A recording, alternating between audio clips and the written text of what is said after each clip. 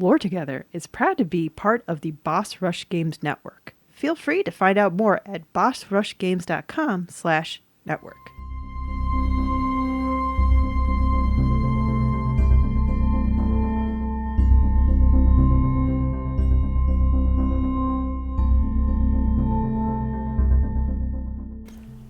Hi, I'm Safi. And I'm Mystic. And this is Lore Together. This is the podcast where a husband and wife team go over all the storytelling, world building, and characters of video games, because it's what we like to do together. We lore together. Yep. And this is episode 89. Oh man, almost up to 90. Yep. But before we get into the episode, you guys already know what it's all about since this is part 2. But before we get into the episode, if you'd like to contact us, you can do that in many different ways. Twitter, Instagram, Mastodon, Reddit, and YouTube, all down below. Reddit still a thing, I guess? You know, just to date this episode. So we technically still have a Twitter. Nah. Yeah. We technically still have a Reddit. Nah. We definitely still have a Mastodon. We definitely still have an email. Our email, yes, loretogether@gmail.com if you'd like to contact us. We also still have an Instagram too. I almost forgot that. Okay, yeah, we have it on there. Okay, good. Sorry. All those links down below except for the email. If you like to support the podcast, you can do that in one of two ways. The first is give us a glowing review. Give us an honest review wherever you're listening, but we hope it's a good review. Thumbs up, 5 stars, whatever it is. Mm-hmm. The other way is through Patreon at patreon.com/loretogether, where you can pay a per episode pledge to get early access to episodes, as well as access to our Let's Plays, our audiobook, and what else am I forgetting? The occasional bonus episode. The occasional bonus episode, which we have two in the works, provided Safi ever reads the books that they're based on. I'm sorry, guys. Look, I can't throw too much shade. We have 2 running LP series that I am just always woefully behind on just editing episodes. Yeah, so Mystic's our tech dude, and he's woefully behind on uploading them, and that can't be too bad because as the social media lady, I'm also behind on my duties a lot of the times. So totally professional. Please give us money. That should be, instead of getting political, that should be our jingle. Getting professional. Speaking of professional, though, we do know what this episode is about because we have announced. Yes, it is part 2. I mean, it was in the last episode.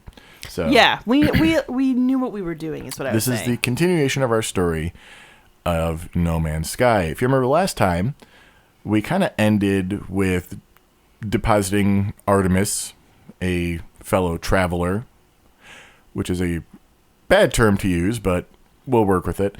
Yeah. It's not a good description of what she is or what they are. They are, yeah. I went on my way to try to not use gendered pronouns in these 2 episodes. That's fair. My because apologies. I couldn't tell. I'm so used to Artemis the goddess that I just immediately went there.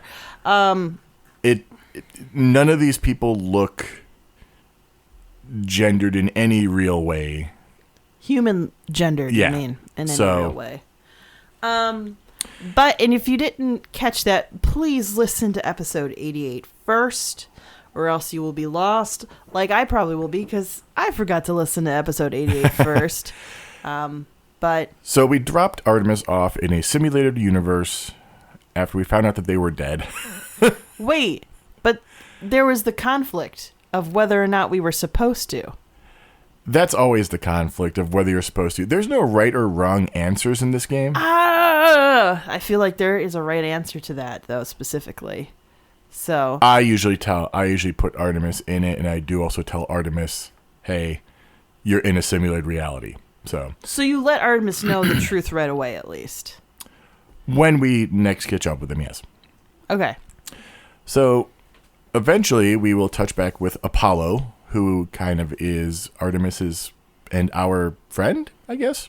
They're relieved to hear from us, fearing us also gone like Artemis was. I will say from the last episode, it felt more like Apollo was a fellow mystery delver, more than anything. As we recall all the adventures since the portal jump, including the long distances we traveled, seeing the Atlas interface, the memories become unstable and indistinct, just becoming a dull, aching red.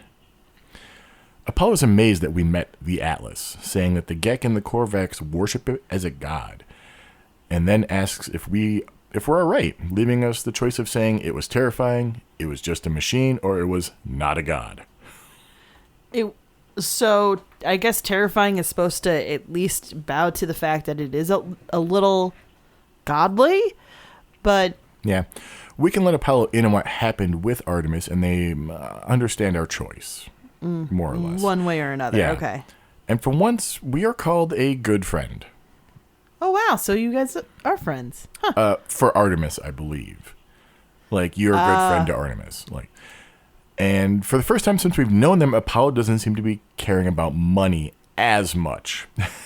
Huh. Okay. So, Apollo wants to meet. And to do that, we need to figure out the address for where we are. So it's time to do more glyph-based fun. I was going to say Apollo has swiped right, and now we have a puzzle. We head to a portal, possibly the one we came out of, but that's not at all certain. Power up all the glyphs. Certain ones require certain resources to power up. It's kind of a pain in the butt. And when they are all powered, we can request the planet's address. We have the option of refusing to give Apollo the coordinates. We just be like, Whoa, nope. really? Yeah. It doesn't really flow if you're trying to meet, so. Nada, if you remember, priest entity Nada on the anomaly, has been pretty adamant that the portals are a thing to be avoided and say that the portals are watched by the, quote, Atlas falsity. Nada is a non-believer in the Atlas, unlike many other Korvax. We'll get there. Huh. Artemis obviously got into major trouble when the portal collapsed with them inside. However, we give Apollo the address, telling them to be careful. Then they tell us to check in with Null and to be careful as well. Null tells us that there's something happening into the universe, that Atlas is involved in it, and Null wants our help to figure it all out. They claim the Sentinels do not just keep the peace across the universe, that their motives run deeper, seeking out anomalies in the multiversal structure and eliminating them. Oh, okay. They tell us that the Atlas is neither an enemy nor a friend, but rather akin to a force of nature. However, force of nature it may be, it is terrified and in pain, and Null says we have a responsibility to ease its suffering. We are then tasked with finding clues in an old crashed freighter. There we find a log that details how the Sentinels all seemingly act as one across a distance. We covered this way back in episode 24. This is essentially the ancient history of No Man's Sky that fed into that episode. We'll touch on that more as we go. However, the interesting thing here is that we are hearing Polo talk about the attack and their own death. Polo? Yeah. Polo is the Gek who lives on the anomaly. Okay. Yeah. But With Nada. But they're talking about their own death. Yes. Okay. And telling their friend Nada to go, so Nada and Polo knew each other, to go, and that they will meet in another universe. Okay. The Nada we talk to comes from another universe. The Polo we talk to is from this universe. All right, so suddenly I'm having a combination of feelings of like Star Trek Deep Space Nine, but also Fringe, like happening all at once. I don't know how I feel about it. Polo even says when we talk to them, we are not alone, for every soul is many. Even in the face of 16, we must declare that we lived. 16 is one against an obvious recurring thing without any... There is an explanation in the story, but it's not 100% the same as like this ARG that was done, alternate reality game, for those who don't know ARG, that was done to promote the game, where it was something not related to what it is in the story. So it gets a little confusing if you're trying to dig deep into the lore, because what is the ARG lore, or is it just promotion? But yeah, 16 is going to be a much recurring thing. Even more so in this episode. And just to reiterate from the last episode, the amount of places to explore is 16 to the... Is it 16 to the 16th power? Yes. Yeah. More planets than you could ever hope to see. It's millions of lifetimes, essentially, yeah, worth of exploring. I can go back and read the number again, but let's not. No, let's not. That's episode 88 if you're really curious. When we finally get to open space again, Artemis will contact us, assuming they're living, obviously, Yeah. saying, I escaped. One moment I was running from them, the stars shifting, terrible smiles in the dark, and the next I was here, wherever here is. This new world has a sun, has life. And once again, Artemis asks us to bring a star chart to a nearby station so we can find each other again. But aren't they supposed to be in the simulation? They don't know this yet. Oh. I jumped the timeline a little bit. Okay. And here is where we can tell Artemis the truth, and we have a variety of ways to do that. Or we can keep the deception up. Personally, I tend toward the truth. Okay. It doesn't go well. Artemis kind of thinks we're joking and eventually just needs time to think, ending the conversation. Eventually, we touch base with Null, who tells us that the freighter was from an alternate dimension, and that there are 3 things that are a certainty in every dimension. 1, the Atlas is omnipresent in all dimensions. Okay. 2, the Sentinels move between dimensions at will. Okay. 3, the Sentinels were once Atlas's guardians, preventing destruction and loss of life. Unfortunately, something went wrong. Okay. Weird. Yeah. The Travelers' corrupted existence is what Null tells us. The people exploring Yes. are ruining existence. Null tells us that they committed an act beyond forgiveness, and from that deed, paradise was lost. However, something is different in this cycle. The walls between universes are growing thinner. We must speak to the residents of this dimension to find patterns and hopefully some answers. Thus begins the quest Patterns in Time. And it's, sorry to say, a bit of a slog. It sounds like you're trying to fetch quest for puzzles, or Kind of. It's not the longest slog. That potentially comes later. I'll touch on that. It may not come later. It really depends on what you do at the end game. oh, okay, We have to get info from the Vy'keen, the Korvax, and the Gek. okay. This means more monoliths, oh, abandoned bases, and research stations they have to break into. okay. What we find out through all of this is basically a lot of what we touched on back in episode 24, a lot of the ancient history and things like Herc the Great, which was the Vy'keen kind of leader. Yeah. Long story short, we find that Herc said the Vy'keen was not to impede the Travelers, since the Travelers must prevail. You know. So whatever the travelers are doing, it is opposed to whatever Atlas is trying to sustain. Well, the Vy'keen aren't... They're against the Atlas, but they're more against the Sentinels than they are the Atlas. Okay. Yeah. So it gets weird. But what I'm trying to confirm is that whatever the goal of the travelers, it's counter to whatever. According to Herc, Okay. yes. According to Herc. All Yes. right. It is through further discussion with the Vy'keen that we get the story of the Gek perpetrated genocide and the coming of the Sentinels, stuff we covered in the Ancient History episode again. Oh, yeah. One interesting thing that Nada tells us at this point, life is everywhere, but nowhere. The Korvax convergence has seen all planets, but where are they really? Where is home? Where is safe? This is a pattern, friend. All things are patterns, signs of the Atlas falsity. So this Atlas falsity thing of Nada's is backed up by Polo, who says the Korvax expect harmony, unity. Nada sees in a way that they do not see, and so they reject poor Nada. Oh, okay. So the Korvax believe that Atlas can help with Yeah, we'll get there. unity. Yeah. Yeah, and Nada does not see that. So, Needless to say, Atlas is a very polarizing topic for many in the universe. Some venerate it, like the Korvax and the Gek. Others do not, like many travelers and also the Vy'keen. We do eventually get the way in which the Korvax view the Atlas. It's kind of what they aspire to be, a being beyond comprehension and beyond judgment. oh. Keep in mind, from way back in episode 24, the Korvax were also enslaved by the Gek in early history. Oh, So- yeah. So it's almost kind of like they want to achieve that state of nirvana that a lot of faiths talk about, like just like fully enlightened and able to appreciate existence and joy at a level that they could only dream about now. Yeah. As we continue on, we will get messages from Artemis if they are alive. The conversations will differ greatly depending on if you have told them about their situation or not.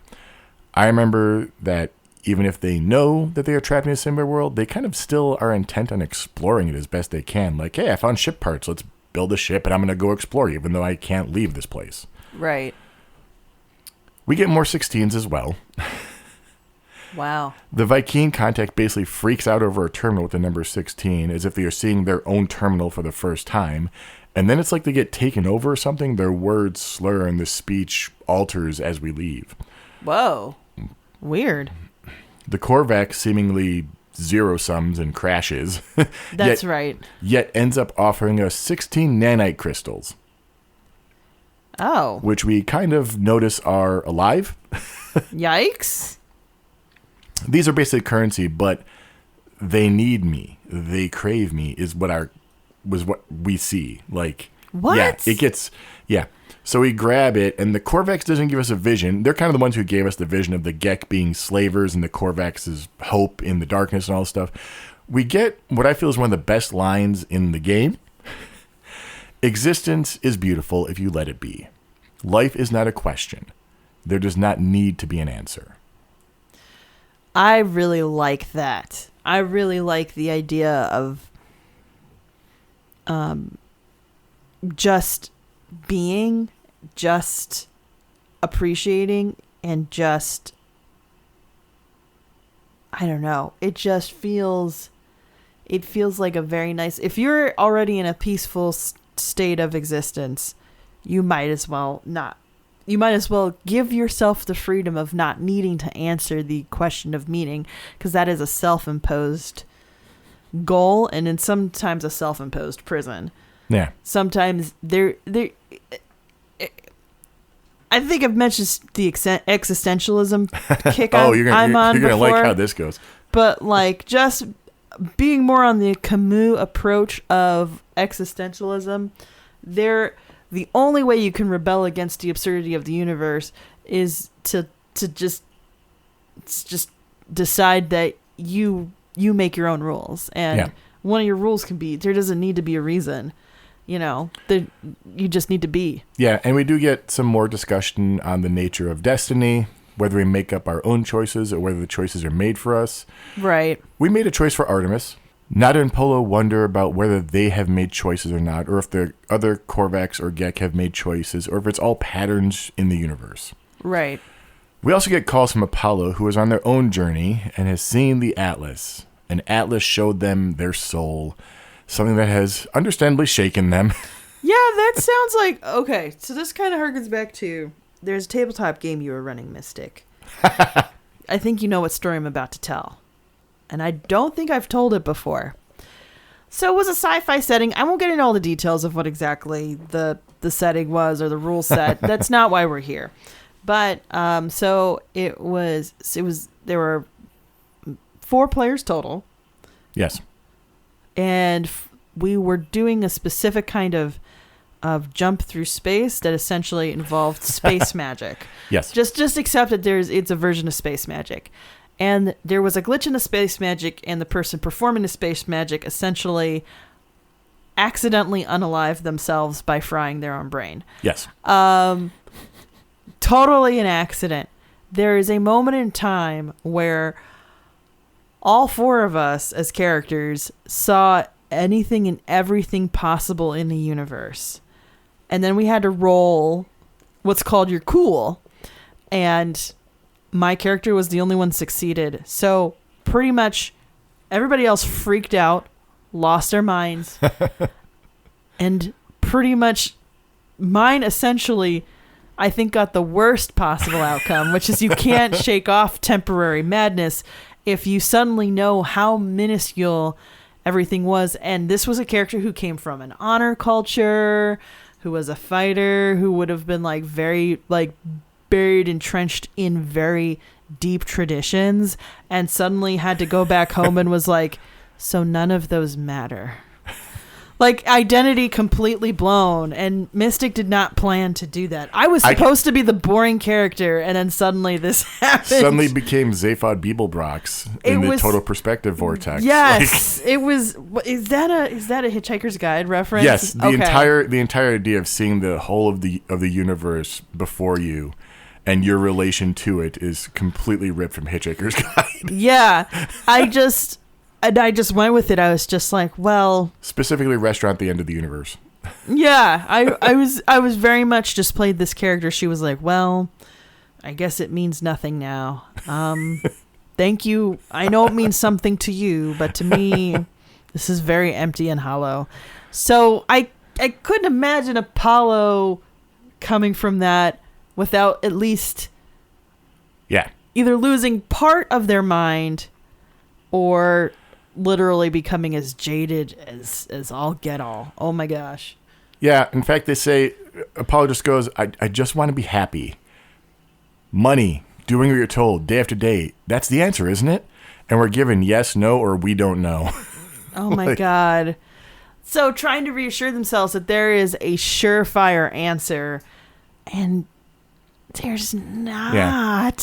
We also get more glimpses into the past, specifically the way the Korvax broke free from slavery. I don't think I covered this in episode 24. I may have. You touched upon it at least. But basically, certain Korvax would sacrifice themselves, cutting open their suits. What? To let the nanites that are in them flow into the pools of young Gek and infect and basically alter their DNA with the nanites. What? Yeah, the Gek didn't change from being warmongers and enslavers to being traders and merchants because they wanted to, but because a genetic switch was altered by the Korvax nanites at a critical point in their history. They were forced into becoming mercantile. Yeah. By the people that they subjugated. Oh my gosh, that is such a trippy way to think of it. Holy guacamole. Somehow, this discussion brings us back to Artemis's soul, stuck in a designed reality full of arbitrary and unseen rules and relations, causing us to ask, how is life any different? Right. You're literally looking at the parallel. Yeah. This is literally the episode of Rick and Morty where we realize that where there's just layers of boxes of universes that you're using to power your car. Either way, we must follow up with Null to explain what we have seen. Thus, we begin the quest 1616. Ah, interesting. Back to the Hollow Terminus we go. We fill Null in on the ancient history, the fight between the Vy'keen and the Sentinels, the enslavement of the Korvax by the Gek, the Korvax sacrificing themselves, how the Sentinels are a threat because of abnormalities in the universe and not by design, etc., etc. Oh yeah, I kind of brushed over that, didn't I? The Sentinels are a threat just because of abnormalities. Like, it's not Atlas, it's glitches cause them to freak out. The inconsistency of the universe is what causes the Sentinels to crack. Yeah. Because there is no steady canon in the universe. This universe has no canon, and the Sentinels are essentially the fanboys freaking out because it's no longer canon. I can't escape this conversation in my life. It just seems to come back again to this, that they're just very sensitive people who are like, but the way that it was in episode 57 of the comic book meant that you still should be wearing the green shirt. Like, that's what it feels like you just explained right now. Null then tells us that despite Atlas telling them they could never see all the worlds in the universe, that they persisted, survived in the face of eternity, and did, in fact, see all the worlds of the universe. Whoa. When it returned to Atlas and asked if it was proud of its solution, it laughed, showing him universe upon universe, each with its own traveler. Null was not special, nor unique. Everything he had done in the face of eternity, the sheer will of survival, hadn't meant a thing, which is funny given your story just now. Oh my gosh. Yeah. Like, I would hate to be the person who's built their whole life premise on something so foundationally to the core of their being, only to have it, faltered. I mean, that's part of the reason I gravitated toward existentialism when it was introduced to me when I was in high school. It allows your foundation to be more of like a floating disc than like a rooted tree. You know what I mean? Yeah. You can recenter yourself a lot more easily, realize it's easier to pivot, realize relationships and other things are all about perspective and how much are you buying into the system that you're in. Whereas, I mean, this happens so much with cognitive dissonance with people when it comes to like their faith, and not just like religious faith, but faith in political systems, faith in economic systems, faith in family systems. Like, you do not understand how malleable your perspective can be unless you allow yourself to be malleable. And if you work too hard to make your life super rigid, I hate to say it, I think it makes you, the core of your essence of like your sense of self, easier to crack. Yeah. That's okay. Personal opinion, personal philosophy. I'll caveat that, but that's where I stand. And I think what you're explaining, the story of Null, is a perfect example of that. Null says that the walls between dimensions are fading, and well, that's bad for everybody. Ooh. Wait, so this just sounds like it's going to be the weirdest soup. Null has seen many things, and each time the triad repeats. Gek, Corvex, Vy'keen. Traders, scientists, warriors. All their lives ending in violence at the end. How would the Atlas speak? How would it ask for help? The only language it knows is creating life. And so, Null surmises that the Atlas forces the life to end in horrible ways as a means of screaming out in pain or distress. It's an interesting interpretation. Yeah. Null then tells us that we are in fact different, or perhaps it's simply this universe that's different. Are we Neo? Whether it's a soul or maybe part of a simulation, it doesn't matter. Null simply asks why it won't speak to them, asking, aren't I enough? No. Null then disconnects from the call before Apollo joins us on a separate call. It's a party line, apparently. Kids, ask your parents. Ask your grandparents. Apollo's made it through the portal. They are standing at a hollow terminus, and we share coordinates. There's a problem, though. According to the data that we both have, we're standing at the same place. Oh, that's scary. Try again. Same result. Out of nowhere, we both get a distress signal from elsewhere on the planet. Agreeing to meet there instead, we head off. When we get there, there's no sign of Apollo. There is a log telling Atlas that the writer had given so much to them, and that if Atlas doesn't succeed, there was no point. Quote, if you don't succeed, then my life is meaningless, and I can't accept that. I won't. I'm wiping you again. It's best for everyone. No. A short pause later, we get, don't be like that. I know you don't want this, but you'll be a different you soon. Maybe this time, and then it cuts out. Our vision turns red. A splitting headache screams through our mind. The screen shows the number 16. Then we get coordinates for another portal. Activating the portal, we think of our travels so far and the decisions we've made. We've met other travelers, one of whom simply wanted to explore it all with no care. One who seemed to only care for themselves. And, of course, Artemis, who just wanted to meet a kindred soul. Artemis now lives closed off from everyone. We run through the portal and end up swimming in space. Slowly dying before being ripped through a flash of white to the same Atlas interface we were at before. It says we've been displaying aberrant behavior. That we've been questioning things, raising issues of purpose or ethics.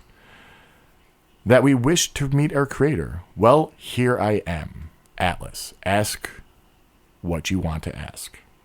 Wow. We just had to be curious enough and it noticed us. Well, also keep poking at the seams of reality. Yeah, it's not as easy as just like sailing towards the end of the ocean and realizing you're on a movie set. That's a good movie. This is a very good movie, actually. We initiate a personality interface and reality fades. Something is wrong. We're given the options scream, rejoice, or submit. Through this whole long conversation, we find out that Atlas has a formula for life. Basically plugs it in, life emerges, and we are part of it. And that is all existence. Eventually, we're given 3 interesting choices. The universe is a simulation. Nothing is real. Or, that's choice 1 and choice 2. Okay. Or choice 3, the universe is a simulation. Nothing is real.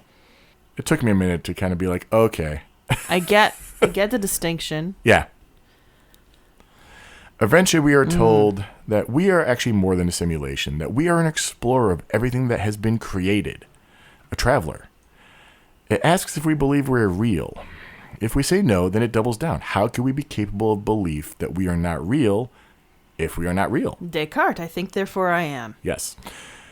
We then get read our actions and choices and get some judgment for it. No matter our choices, there's no right or wrong.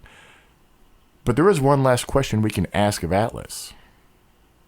16. This throws Atlas into a bunch of errors, ending with 16 minutes of operational time remaining. You mess with the BIOS. How could you mess with the BIOS?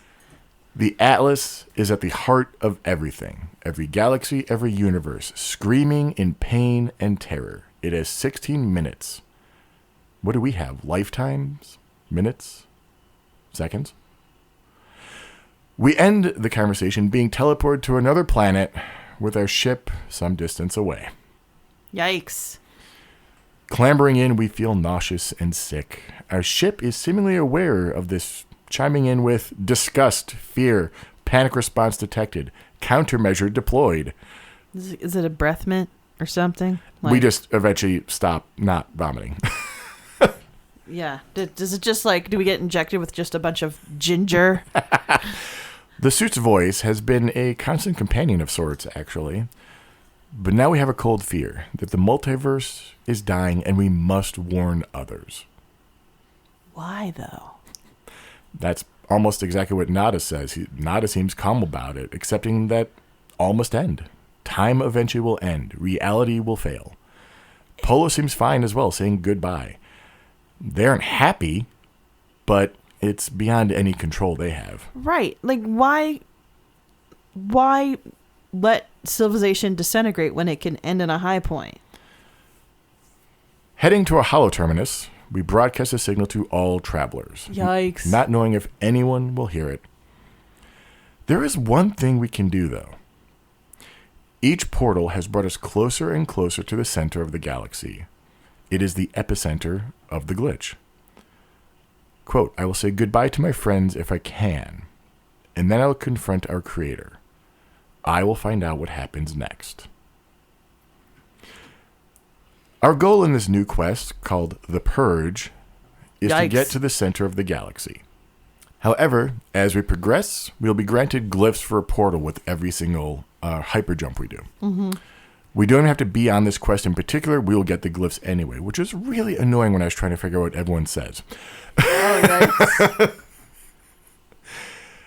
Depending on our choices, we will get calls from Apollo, Artemis, and Null, basically all voicing their concerns on the universe dying, more or less. Though Null tries to talk us out of heading to the center.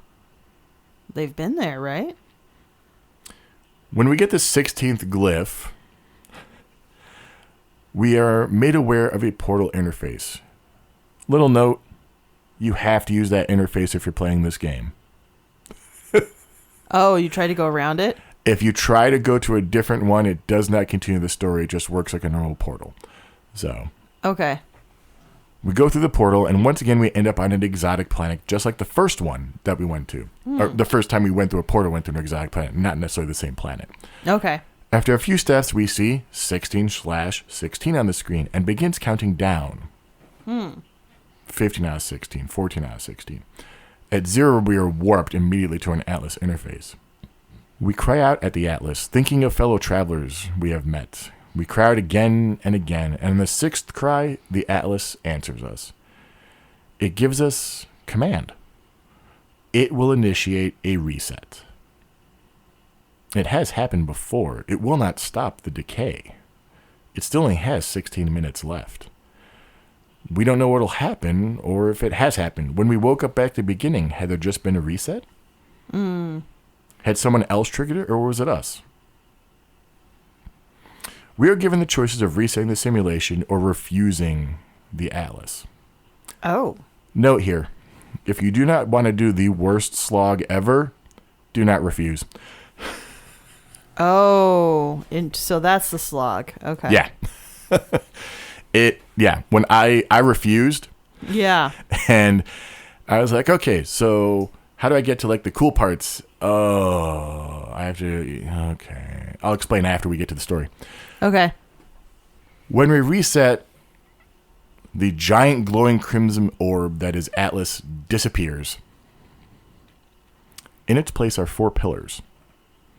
The first, the red one, is a harsh galaxy, also called burning, raging, relentless, or ruthless. Extremely hostile. Everything wants to kill you.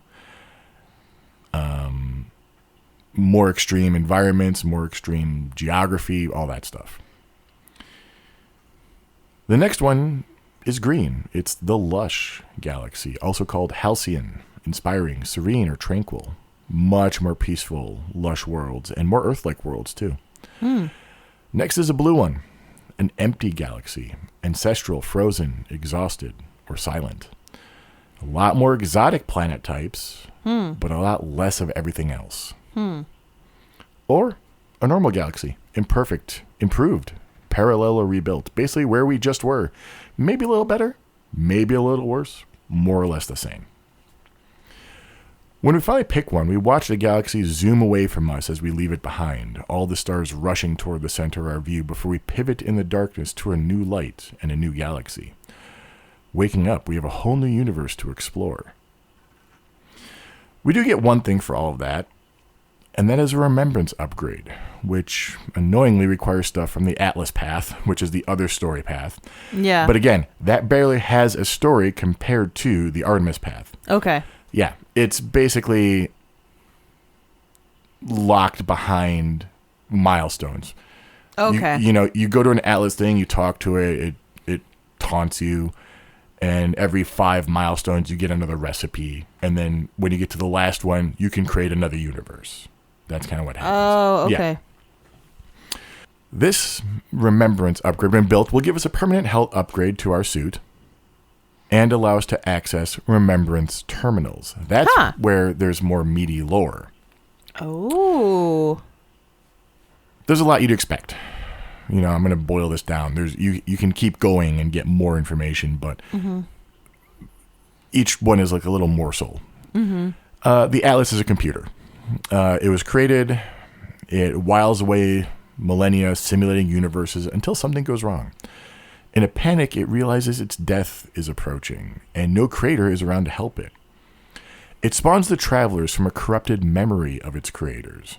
Oh. And we can see ourselves pop in, last of the travelers. Then we get to memory 1616. The Atlas witnesses the final 16 minutes, simulating the future with perfect accuracy.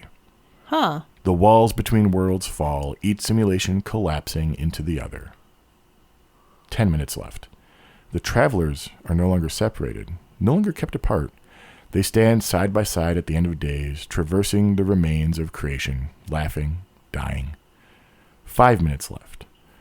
It witnesses its own self, the black hole ripping apart its world, its core systems almost destroyed.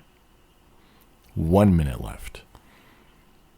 And as it watches the moments leading up to its own death towards completion of 16, something happens. Someone walks toward the Atlas, a figure in the darkness and in the light. It places its hand against the glass of the Atlas, and the vision ends. The Atlas attempts to see past this moment, but it cannot. It cannot see its own death. It cannot determine who this figure is. But whatever happens, whatever may occur beyond the 16, something will arrive. Something will be there beside it. And at the end of things, it will no longer be alone. Wow. The end. Oh my gosh. So, if you refuse Yeah. the Atlas, like I did. So what you're doing when you're picking those galaxies is you're picking there's 250 something galaxies. Yeah. They go on a progression. Mm-hmm. If you do not pick and jump ahead, like if you pick the green one, you jump ahead to the 10th galaxy. Oh, okay. Yeah. I forget its name. It starts with an E. But if you don't do that, you can't go back and change your mind. You have refused. So the only way to progress in galaxies then is to get to the center of the galaxy and go through the center of the galaxy. Wow. So you basically have to planet star hop. Yes. Manually, quote unquote. Which takes time. Wow. I think when I did it, it took me a couple weeks of not consistent playing to get there. How many hours was that, you think? Like 20, 30, 40? 20 something. Okay. Maybe a little bit more. I was doing black hole hopping. I had the ship with the longest range I could get. Yeah, just Wow. yeah, building bases every so often just so I had like markers on the map. And all that just to get through to the second galaxy. And my goal is the 10th. And it's every time you go through to the galaxy, you spawn at the outer rim of the next one. Whoa. So then you have to oh my gosh. And you have to go through the harsh one, the empty one, Yeah. yeah. So I haven't made it to the 10th one yet. It's a slog. I kind of stopped trying after a while. That's fair. As for interpretations, what do you think? It's hard to say. It is kind of interesting to think of it in the sense of a video game is a piece of art where the creators are creating one of the most experiential things that we can do right now to immerse ourselves within the existence within their story, their universe. So it's almost like it feels like the team that created No Man's Sky is almost telling on themselves. It feels like that. I don't know. It's one of those things where I feel like the whole point of it is that there is no clear answer. Right. It is almost a meditation in a philosophical debate, and for you to decide what you think makes sense, and then for you to carry it and apply it to your own existence outside of the game. I don't think it is supposed to have a specific answer. I don't think it's supposed to have a specific answer either. I do tend to look at it as the truest exploration game. Yeah. In that the only reason to explore is to explore. It just reminds me of this Doctor Who series from way back before the reboot, when my mother was a Whovian for decades, and she talked about these people where their famous line was, "The quest is the quest." Yeah. And it was like they lost the reason as to why they kept journeying in, but over time that became this people's purpose on this, generational ship. It's the quest is the quest. Like we're supposed to keep going forward, and so that's what we're going to do. And it feels like that's kind of the traveler's purpose. The quest is the quest. Yeah. The journey is the reason. Yeah, the whole reason to do it is to explore. Now there are reasons to do things in the game. We haven't touched on, I forget what they're called. Are they called excursions, expansion? They're not expansions, but basically every couple months there's a new mission that you can take part in. Yeah. So those we'll touch on it in some future one, just do a bunch of them or something. But those have story to them, or the derelict freighters you can come across that are whatever. Those have stories to them too, but a lot of those are just, you get the MacGuffin of a log, but the reason you do it is just to explore and maybe like, oh, I got credits or whatever, but like there's no end goal beyond exploring. It's kind of like the original version for games like Minecraft or Terraria, where there isn't really a specific end. It's just there as a place to be, as a way of existing almost. Yeah. You know? Like, I know Minecraft has now since evolved and there's like a quote-unquote end game and everything like that, but that was not what it was originally designed as. And I think No Man's Sky is essentially sophisticating that conversation within the quote-unquote text of a game like that. Yeah, you can go on forever, but that's technically your decision because you have decided to go on forever. You just happen to be in a space where it is more specifically designed where you can do that. I mean, you can think about that philosophically in a sense of like, there is evidence to suggest there are multiple universes out there. It would make sense. This universe may be one that's built specifically for exploration. But what if there were universes out there that if we were for some reason able to do this like multi-dimensional jump, it is essentially a linear path or a more two-dimensional existence? Like, how would you experience that? And how would that be? How could life proceed in that function? Like, it's interesting to think of it when you're bringing this discussion about a video game talking about quote unquote the meaning of existence. And then you think about existence in terms of, well, what if existence is more structured like the variation of video games we've conceived than we realize. Right. You know? It feels like the people creating the game are telling on themselves. It really does. It's like, oh, well, you know, we could think about it deeply, but really you should be thinking about it more, right? All right. I think that's a good place to end it. Yeah. Well, now that I know that I should approach this with the jaded outlook of I've seen everything, it'll make the live stream the Thursday after this is released to the public that much more interesting to get through. So don't forget to join us there. And on the alternate Thursdays, for now, we're still playing through Tacoma. Yep. Which is fun. Fun little space jaunt before... Another space jaunt. A space jaunt. We're doing a space... June is for space jaunts, apparently. Yeah. Thank you for listening. Thanks so much for listening, guys. We'll catch you next time. Bye. Bye.